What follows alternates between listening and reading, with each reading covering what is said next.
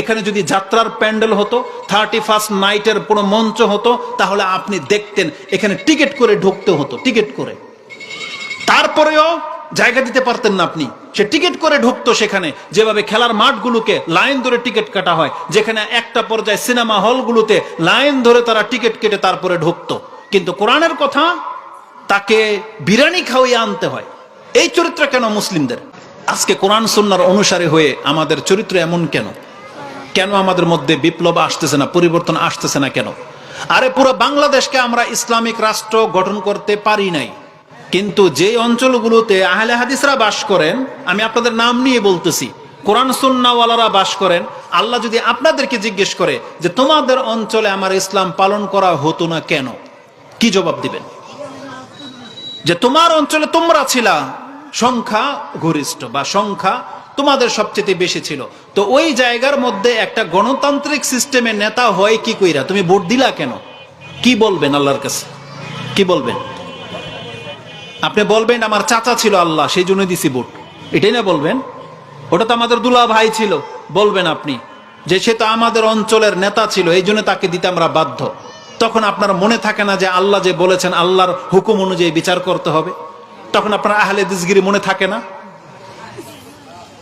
আপনি যদি আল্লাহ সুবহানাহু ওয়া তাআলার দরবারে যদি দাঁড়িয়ে বলেন যে আমি অমুক অঞ্চলের আহলে হাদিসের ঘরের সন্তান আল্লাহ, আল্লাহ যদি এই কথাটাই জিজ্ঞাসা করে তাহলে তোমার অঞ্চলে ইসলাম পালন করা হতো না কেন, কি জবাব দিবেন বলেন?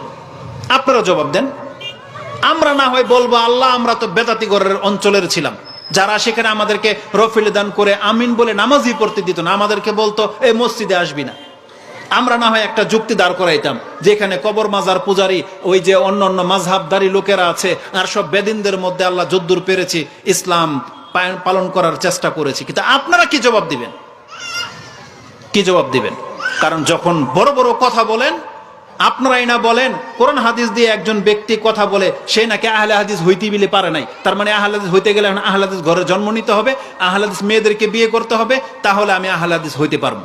যদি বিষয়টা এমন হয়, তাহলে আল্লাহ সুবহানাহু ওয়া তাআলাকে আপনাকে হিসাব ছাড়াই ছেড়ে দিবেন? তাহলে কোথায় আমাদের সে আমলগুলো, কোথায়? আপনি এটাকে গালি স্বরূপ নিয়েন না, আমি জাস্ট আপনাকে বুঝাতে চেয়েছি রাসূলুল্লাহ সাল্লাল্লাহু আলাইহি ওয়াসাল্লাম যখন মদিনাতে ইসলামকে কায়েম করলেন, তখন মদিনার চিত্র কিন্তু ওই জাহিলিয়াতের মতো ছিল না। আজান হলে রাস্তাঘাটের মধ্যে দোকান পোশাক সব মাল ওইভাবে পড়ে থাকতো, তারা সব মসজিদমুখী হতেন। তাদের কোনো মহিলাকে বেপরদায় আপনি দেখাইতে প্রমাণ করতে পারবেন না।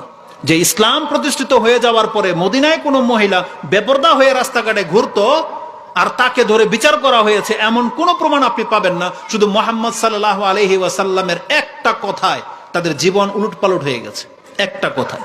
আর আজকে যদি পর্দা সম্পর্কে যদি কোরআন থেকে 10টা আয়াত বলা হয়, রাসূলের সর্বোচ্চ হাদিসগুলো যদি শোনানো হয়, এই মহিলাদের পশম একটু হিলবে না। এখান থেকে যাওয়ার পরে ওই পেঁচাল পারতে পারতেই যাবে, আবার ওই একই রূপ কালকে। এমন হবে না যে আজকে ওয়াজের পরে সে তার মুখ দেখাতে লজ্জা পাবে, তার মৃত্যু পর্যন্ত তার চামড়া কেউ দেখবে না, এই প্রতিজ্ঞা তো সে করে না। খুতবা শুনে তো এই প্রতিজ্ঞা কেউ করেন না যে আমি আজকের পর থেকে দাড়ির মধ্যে হাত লাগাবো না, আমি কোনোদিন আমার এই মুখটাকে গন্ধ জিনিস দিয়ে নাপাক করব না। কেন? ইমাম কি যথাযোগ্য বক্তব্য আপনাকে দেয় না? তারা কি আপনাদেরকে বলে না যে নেশাখোর কোনোদিন জান্নাতে যেতে পারবে না? এটি কি শিখানো হয় নাই? নাকি এই কথা আপনাদেরকে জানানো হয় নাই যে সিগারেট, বিড়ি, জর্দা, তামাক এগুলো যে হারাম, জায়েজ নাই? নাকি এগুলো আপনারা জানেন না?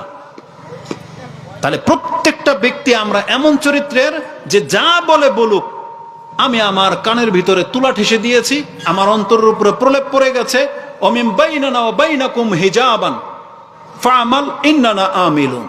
আজকে জনগণের উক্তি কি? হুজুররা আপনারা যা বলার বলতে থাকেন, আপনারা আপনাদের কাজ করেন, আমরা আমাদের কাজে লিপ্ত। এটাই না আমাদের চরিত্র? এটা কিন্তু আমি আরবি ভাষায় বলিনি, এটা কোরআনের আয়াত। কিন্তু কোরআনে আল্লাহ সুবহানাহু ওয়া তাআলা সূরা ফুসসিলাত হামিম সাজদার শুরুতে আপনি দেখেন এটা আছে কিনা। আল্লাহ বলেছেন এই পৃথিবী মানুষের চরিত্র কি, তারা কি করবে ইমামদের সাথে, নবীদের সাথে। আপনাকে আমি নাম্বারটা সহই বলে দিই, যেটা আপনি 41 নাম্বার সূরার একবার শুরুতেই পড়েন না, দেখেন না আল্লাহ কি বলেছেন। আল্লাহ সুবহানাহু ওয়া তাআলা বলতেছেন যে এই অধিকাংশ মানুষগুলো তারা তাদের ইমামদেরকে কি জবাব দেবে? হামিম তানজিলুম মির রাব্বিল আলামিন, এই কিতাব তো মির রাব্বিল আলামিন, বিশ্বজগৎ প্রতিপালকের কাছ থেকে এটা নাজিল হয়েছে।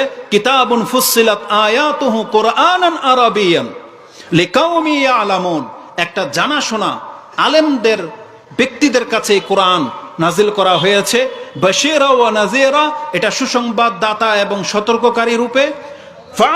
ফাআরাদা আকসারুহুম ফাহুম লা ইয়াসমাউন, আল্লাহ বলেছেন কিন্তু রেজাল্ট হলো অধিকাংশ মানুষ এই কোরআনের কথা শুনবে না।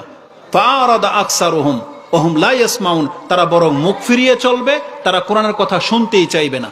যার বাস্তব প্রমাণ হলো খুতবাগুলো, যার বাস্তব প্রমাণ হচ্ছে এই মাহফিলগুলো। এখানে যদি যাত্রার প্যান্ডেল হতো, 31st নাইটের পুরো মঞ্চ হতো, তাহলে আপনি দেখতেন এখানে টিকিট করে ঢুকতে হতো, টিকিট করে। তারপরেও জায়গা দিতে পারতেন না আপনি, সে টিকিট করে ঢুকতো সেখানে। যেভাবে খেলার মাঠগুলোকে লাইন ধরে টিকিট কাটা হয়, যেখানে একটা পর্যায়ে সিনেমা হলগুলোতে লাইন ধরে তারা টিকিট কেটে তারপরে ঢুকতো। কিন্তু কোরআনের কথা তাকে বিরিয়ানি খাওয়িয়ে আনতে হয়। এই চরিত্র কেন মুসলিমদের, যে আপনাকে খাওয়ন দিলে আপনি আসবেন কেন? অথচ আপনার আমার নাজাতের জন্য হচ্ছে এই পরিবেশ, নাজাতের জন্য হচ্ছে খুতবা। আল্লাহ সুবহানাহু ওয়া তাআলা বলতেছেন ফাআরাদা আকসারুহুম ফাহুম লা ইয়াসমাউন, অধিকাংশ মানুষ এই কোরআন থেকে মুখ ফিরিয়ে চলবে, তারা আপনাদের কথা শুনবে না। এবং তারা কি মন্তব্য করবে? ওয়াকালু কুলুবুনা ফি আকিন্নাতান মিম্মা তাদউনা ইলাই, আমাদেরকে যেই দিকে ডাকা হচ্ছে হুজুর ওই দিকে আমাদের যাওয়া সম্ভব না, কারণ আমাদের অন্তরের উপরে আমরা প্রলেপ মেরে রেখেছি, প্রলেপ মেরে রেখেছি। জানেন প্রলেপ কি জিনিস? আকিন্নাতান মানে কি? ওই যে আমাদের মা বোনরা যারা নেল পলিশ দেয় না, এই জন্য বলা হয় নেল পলিশ থাকলে উজু হয় না। কেন? কারণ এটা প্রলেপ। ওই প্রলেপটা পানি পৌঁছাতে বাধা প্রাপ্ত হয়, একটা প্লাস্টিকের আবরণ যেখানে পানি পৌঁছতে পারে না। আর আপনি যদি আপনার অন্তরের ভিতরে ওই প্রলেপ মেরে রাখেন, কোরআনের আয়াত ঢুকবে কিভাবে? আপনি আপনার কান বন্ধ করে রেখেছেন, অন্তরের উপরে তালা মেরে রেখেছেন। এই জন্য কোরআন হাদিস দিয়ে কেন আল্লাহর আপনি নাম বলবেন, শুধু নাম বলবেন যে অমুক আলেম যদি বক্তব্য দেয়, তাইলে আমরা সব শুদ্ধ হয়ে যাব। আমরা রাসূল সাল্লামের মতো তাকে রেসপেক্ট করি।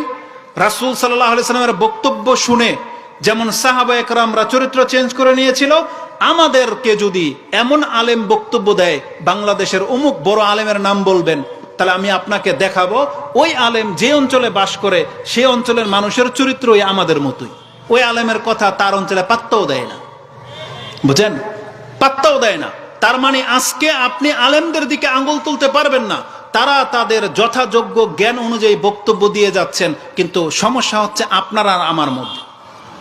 আমিও তো শ্রোতা, আমাদের যে শেখেরা, শেখ মুজাফফর বিন মহসিন একটু পরে আসবেন, আরো বড় কোনো আলেমের নাম নিয়ে নেন, সেও কিন্তু শ্রোতা, সেও এই চরিত্র চেঞ্জ করেছে, দাড়ি রেখেছে, ইসলাম পালন করতেছে, নিশ্চয়ই কারো না কারো বক্তব্য শুনে, কারো না কারো শিক্ষকের অনুসরণ করে। তাহলে তারা যদি, আমরা যদি আমাদের শিক্ষকদেরকে অনুসরণ করতে পারি, আপনারা কেন নয়?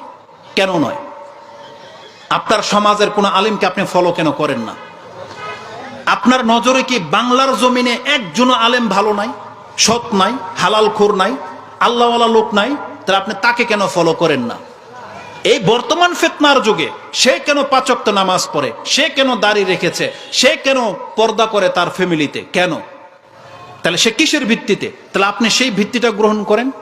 অথচ আপনি খোঁজ নিয়ে দেখেন, তিনি যে কথাগুলোকে ফলো করে সৎ, দাড়ি রেখেছেন, নামাজ পড়েন, পর্দার শিক্ষা দিচ্ছেন এবং সমস্ত রকমের ফিতনা ফাসাদ থেকে বেঁচে আছেন, যেই কারণে ওই একই কারণ আপনার কাছেও রয়েছে, ওই কোরআন আপনার ঘরেও আছে, ওই হাদিস আপনিও জানেন। কিন্তু পার্থক্য হলো সে এগুলোকে মেনে নেওয়ার মতো মেন্টালিটি রাখে, কিন্তু আপনি আর আমি আল্লাহ সুবহানাহু ওয়া তাআলার কথাগুলোকে প্রত্যাখ্যান করার অন্তর্ভুক্ত হয়ে গেছি।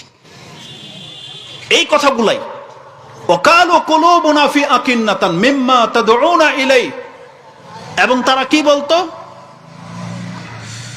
ইলাইহি মিম্মা তাদউনা ইলাই ওয়া ফি আযানিনা ওয়াকরুন, এবং আমাদের কানের মধ্যে তুলা ঠেসে দেওয়া আছে, হুজুর আপনার কথা আমাদের কান্দা ঢুকবে না, অন্তর পর্যন্ত যাবে না।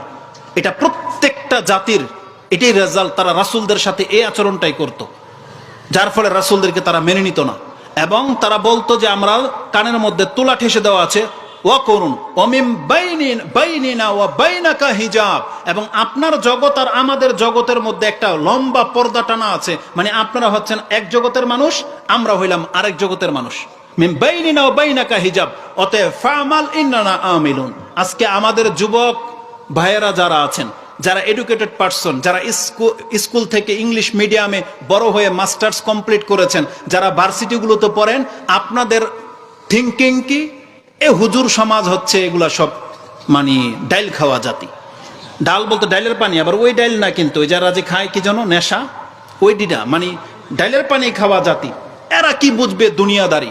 এই যে যে ফেসিবাদ সরকারের নাম দিয়েছেন, জালেম সরকারকে উৎখাত করে দিয়েছেন আপনারা যারা এতগুলো পণ্ডিত, আপনারা কি বলেছেন? আমরা যখন স্ট্যাটাস দিয়েছি যে বাংলার জমিনের জাতি তখনই কল্যাণ পাবে যদি তাদের আলেম সমাজদেরকে নেতা বানানো হয়। জানেন কমেন্ট কি করেছে?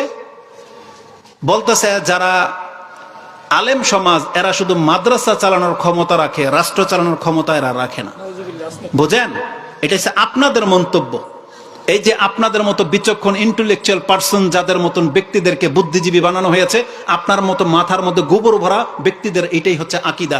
আপনাদের আলেম সম্পর্কে এতটা মন্দ আপনাদের ধারণা যে তারা শুধু মাদ্রাসা চালাইতে পারবে, রাষ্ট্র চালাইতে পারবে না। আল্লাহ বলছে রাগ তোদের কপালে এরকম দুর্গতি আছে, যার পর আল্লাহ সুবহানাহু ওয়া তাআলা এক জালেমের পরে আরেক জালেম চাপিয়ে দেয়। বাংলার সমাজ কোনোদিন মুক্তি পাবে না লাঞ্ছিত জীবন থেকে যদি তারা তওবা করে আল্লাহর রাস্তায় ফিরে না আসে। জেনে নেন, আমাদের আলেম সম্পর্কে আপনার এমন মন্তব্য আপনাকে কতটা নিচে নামিয়ে দিয়েছে আপনি বুঝতে পারেন না। যদি তওবা না করেন না, যদি এরকম মেন্টালিটি থাকে, আপনাকে হিতাহিত জ্ঞান অর্জন করতে হবে। আরে যেই আলেমদের কারণে আপনি শিরিক বিদআত বুঝতে পারেন, যে আলেমদের কারণে সাত আকাশের উপরে যে রব আছেন সেই জ্ঞান আপনার পর্যন্ত পৌঁছে দিয়েছেন, যে আলেমরা আপনাকে সব রকমের, যেখানে হাদিসের ইল্লাত পর্যন্ত কোথায় আছে সেই খবর আলেমরা রাখে, আপনি তাদের থেকে বেশি বিচক্ষণ হয়ে যান নাই। আর আল্লাহ সুবহানাহু ওয়া তাআলার রহমত আসলে ওই আলেমদের মাধ্যমে আসবে, ওই বুদ্ধিজীবী আর ওই সায়েন্স টেকনোলজির মাধ্যমে আসবে না। কারণ রাসূলুল্লাহ সাল্লাল্লাহু আলাইহি ওয়াসাল্লামকে আল্লাহ সুবহানাহু ওয়া তাআলা কোনো টেকনোলজির জ্ঞান শিক্ষা দেন নাই, বরং ওই যুগের মানুষ যারা এগুলো সম্পর্কে খুব ভালো পারদর্শী ছিল, আল্লাহ এদেরকে আইয়ামে জাহিলিয়া বলেছে, এরা হচ্ছে মূর্খ সমাজ। আর আল্লাহ সুবহানাহু ওয়া তাআলা কোরআন এবং সুন্নাহকে আল্লাহ সুবহানাহু ওয়া তাআলা জ্ঞান বলেছেন, সেই জ্ঞানকে আল্লাহ রহমত বলেছেন। আর ওই জ্ঞানের ভিত্তিতে যখন রাষ্ট্র চলবে তখন মদিনার মতো একটা রাষ্ট্র হবে। কিন্তু আপনি সেটা মেনে নিতে পারেন নাই, কিন্তু আপনার মন্তব্য এতটা জঘন্য। তাহলে সেই জাতি এই আচরণটাই বলবে যে ফামাল ইন্নানা আমিলুন, হুজুর আপনারা আপনাদের কাজ করেন, আমাদেরকে আমাদের কাজ করতে দেন।